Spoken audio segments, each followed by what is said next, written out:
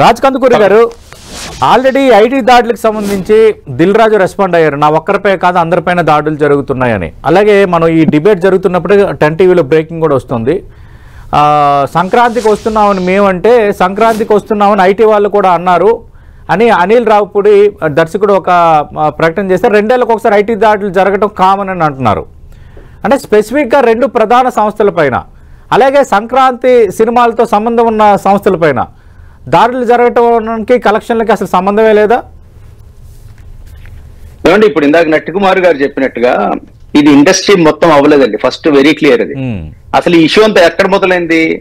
ఈ game changer అనే సినిమాకి ఏదైతే కలెక్షన్లు వెరీ ఫస్ట్ డే 186 కోట్లని ఏదైతే రాశారో, రెండో రోజు 295 కోట్లని కలెక్షన్ అని పెట్టారు. అంటే ఇది ఒక్కొక్కసారి ఫ్యాన్స్ కోసం హైప్ చేయడానికి చేశారా? ఏదో ఫ్యాన్ మేడ్ పోస్టర్ అదంటే కాదు, ప్రొడక్షన్ హౌస్ నుంచే వచ్చింది.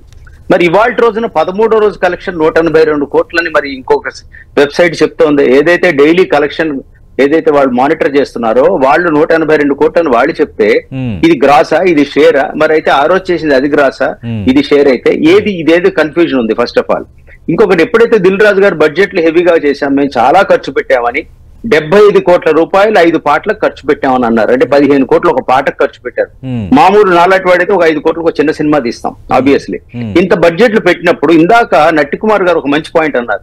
1900 కోట్లు 2000 కోట్లు ఒక సినిమాకి చేసింది అంటే ఆ హీరోతో సాహసం చేసి ముందుకు వచ్చి 2000 కోట్ల మినిమం బడ్జెట్ ఎవరైనా చేయగలరా? చేయలేరు. అంటే కనీసం ఆ టార్గెట్ రీచ్ అవ్వాలంటే మీరు ఒక 600 కోట్ల సినిమా అయినా చేస్తే, అటువంటి హైప్ తీసుకొస్తే దానికి రేపు ఆ కలెక్షన్ వచ్చే అవకాశం ఉంది. అంటే ఎంత బడ్డెన్ ఒక నిర్మాత మీద పెరిగింది అంటే, అఫ్ కోర్స్ ఒకసారి హిట్ వచ్చినప్పుడు నిర్మాత మీద ఆ బాధ్యత నెక్స్ట్ నిర్మాత మీద పెరుగుతుంది. ఆ హీరోని అంత బాగా చూసుకోవాలి, అంతకన్నా బెటర్ గా తీసుకెళ్లాలని కోరుకుంటాడు ఏ నిర్మాత అయినా ఏ డైరెక్టర్ అయినా. ఇప్పుడు ఈ రోజు జరుగుతున్నది ఏదైతే ఉందో ఇది మోస్ట్లీ ఒక సినిమాకో 2 సినిమాలు కనెక్టెడ్ అనండి. ఎందుకంటే గేమ్ చేంజర్ విషయంలోనే దీని గురించి చాలా ట్రోల్స్ వచ్చాయని, ఈ కలెక్షన్ హైప్ ఉంది ఏంటని నార్త్ ఇండియాలో కూడా మాట్లాడుకున్నారు. అంటే దాని మీద చాలా మంది చాలా రకరకాలుగా వెబ్సైట్స్ లోను, ట్విట్టర్ లోను, ఎక్స్ లోను రాశారు. ఎందుకు ఇలా కలెక్షన్స్ ఇలా ఉన్నాయని టాప్ రివ్యూయర్స్ కూడా రాశారు. అంటే దాని గురించి ఒక డిబేట్ జరుగుతుండగా ఆబ్వియస్లీ డిపార్ట్మెంట్ కి ఎలా వెళ్తుందండి? ఇప్పుడు నిజంగా 300 కోట్లు ఉందంటే దాంట్లో నిర్మాత షేర్ 140 కోట్లు 130 కోట్లు రావాలి. దాంట్లో జిఎస్టీలు పోవాలి, థియేటర్ రెంట్స్ పోవాలి, డిస్ట్రిబ్యూషన్ కమిషన్లు పోవాలి, చాలా పోతాయి. అవును. సో ఏదైతే మీరు మెన్షన్ చేసింది గ్రాసా, షేరా, ఏంటి ఎంత నిజాలు ఈ దీంట్లో ఏదైతే ఇప్పుడు మీరు ఇందాక మ్యాంగో మీడియా చేశారని అది కూడా వీళ్ళతో పార్ట్నర్షిప్ లో ఉన్నదే. అండ్ ఇప్పుడు ఇందాక అట్ ద సేమ్ టైం ఇంకొక వ్యక్తి మనం ఇందాక సుకుమార్ గారి మీద రైడ్ అయింది, ఎయిర్పోర్ట్ ని తీసుకెళ్లారని వస్తోంది. అదేంటంటే కారణం ఆయన కూడా దాంట్లో ఒక పార్ట్నర్. ఏదైతే ఒక హ్యూజ్ దగ్గర 2000 కోట్లు చేసిన సినిమాకి ఎక్కడైతే వీళ్ళు రైడ్ జరిగినప్పుడు ఆబ్వియస్లీ అందులో ఎవరైతే పార్ట్నర్స్ ఉన్నారో అందరినీ వెరిఫై చేస్తారు. దాంట్లో భాగంగానే జరుగుతుందండి. ఇంకొకటి నా ఫీలింగ్ ఏంటంటే నిజాలు నాకు నిజంగా తెలియకుండా నా ఎగ్జాక్ట్ కామెంట్ చేయలేను కానీ, నిజంగా అంత కలెక్షన్ లేకపోయినా కూడా హైప్ చేయడానికి వెళ్ళి దాంట్లో ఎఫెక్ట్ అయ్యారేమో దిల్ రాజు గారు నాకు అనిపించిందండి. ఇది ఆయన ఒక విధంగా ఈ విషయంలో నిజంగా అంత బెనిఫిట్ పొందారా లేదా నాకు తెలీదు.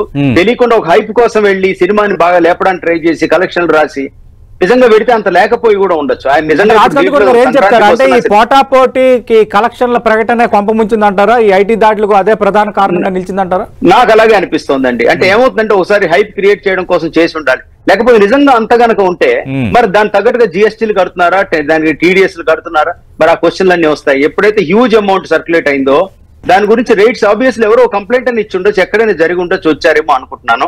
నిజంగా అంత డబ్బు ఆయన సంపాదిస్తే ఒక నిర్మాతగా నేను చాలా ఆనందిస్తానండి. ఎందుకంటే ఇండస్ట్రీ కష్టంలో ఉంది. చిన్న సినిమాతో అయితే క్రష్ అయిపోతుంది.